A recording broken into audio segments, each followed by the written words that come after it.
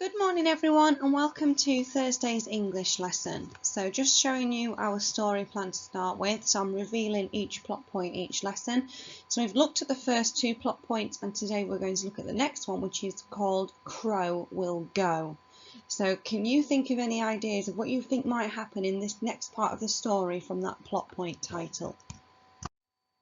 So in the last lesson we had a really good look at this scene from the story where the animals were looking out into the sunshine, they were gazing and they were thinking about how they feel about having to take on this perilous journey, and one of them is going to have to be really brave and take that risky chance.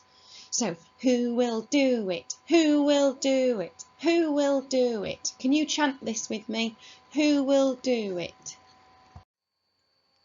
All of the animals wanted to go, but no one could do it except Rainbow Crow. So, as we have found that our Rainbow Crow is the only one who feels that he is up to the challenge of taking on this risky challenge of going to find the sun and going to get some heat. So before we move on to anything further, let's pause here because this Rainbow Crow is absolutely beautiful. Look at him, he looks so strong, he looks really confident, he looks lovely with all the colours on his feathers. Using your fantastics, I want you to write a list of adjectives, which are describing words, that describe my crow. So have a think about what he looks like, how he is as a character. So he's the one that's going to go on this journey. So he's brave, isn't he? He's not scared, he's not afraid, he's brave and he's up for the challenge and he's going to be resilient, and we've used that word before in school. So write down some adjectives to describe this crow. So using our ideas, we're going to apply those adjectives into the form of a sentence. So we're going to be using two adjectives in one sentence, and we're going to be using the conjunction and to put our ideas together. So I've got my example in yellow on the screen, and it says, the crow who was dazzling and dreamy, the crow who was handsome and strong, the crow who was colourful and brave. So each sentence has exactly the same structure. It starts off by saying the crow who has, and then I've used my two adjectives and the word and there. I'd like you now to write 3 new sentences just like mine that need your adjectives in them and the word and. For our final section of the lesson, I want you to look at my pictures of my feathers here. These are feathers that could well be on my Rainbow Crow. And I want you to think about other things that you would find in the world, in your house, in school, anywhere, that are also these colours. So, thought about red. I know that rubies are red, ruby gems are red. I thought about yellow and compared it to the shining sun. I thought about pink and compared it to a pink flamingo. Can you think of some of your own there? So we've got some other colours in there.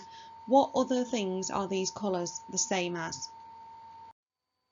Using these ideas, we can create something called a simile. Okay, and a simile is used in our writing to just make it even more exciting and to add extra detail that makes our reader really impressed with our writing. It's used to compare two things that are very similar. So for example, the crow's red feathers are as red as rubies. I've compared the red feathers to red rubies. They're both red. The crow's claws are like sharp knives. So I'm describing the claws to be like sharp knives because they're sharp and pointy. The crow's pink feathers are like flamingos. So I've had to think about what feature is on the crow and something else in the world that is also the same colour or similar in different aspects to that thing, to that colour on the crow. Now, this slide is for Year 2 children only. So if you are one of the Year 1 children in our class, you can skip this or you can have a listen anyway, but it is not a Year 1 expectation to use this piece of grammar. However, it is a Year 2 expectation, so all Year 2s must be listening carefully. You can see that in my example, I used an apostrophe and I have coloured it in yellow on my top sentence here. And it says the crow's feathers. We have looked at apostrophes before. They're like a comma, but they're floating in the air. And what they do is, apostrophes can be used for 2 different reasons. They can be used, firstly, to contract two words. So instead of it is, I can make it shorter by creating its. So that's what we call a contraction. Now this time we're using a possessive apostrophe. A possessive apostrophe shows what that thing belongs to. So if we're talking about the crow's feathers, this is showing us that the feathers belong to the crow.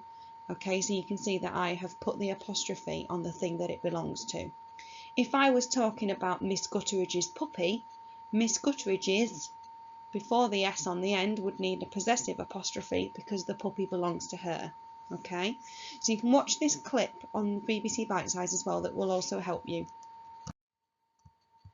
So using these ideas of your apostrophes, if you're in year 2 and you're thinking of your similes, which is for everybody, you can write me now a simile sentence using some of the colours of the feathers or something, another feature of the crow. So you can tell me what something is like on the crow compared to something else. So the crow's red feathers are like red rubies. Okay, so you can think of your own now. You can write one sentence, or you can challenge yourself to write some more and add some extra detail.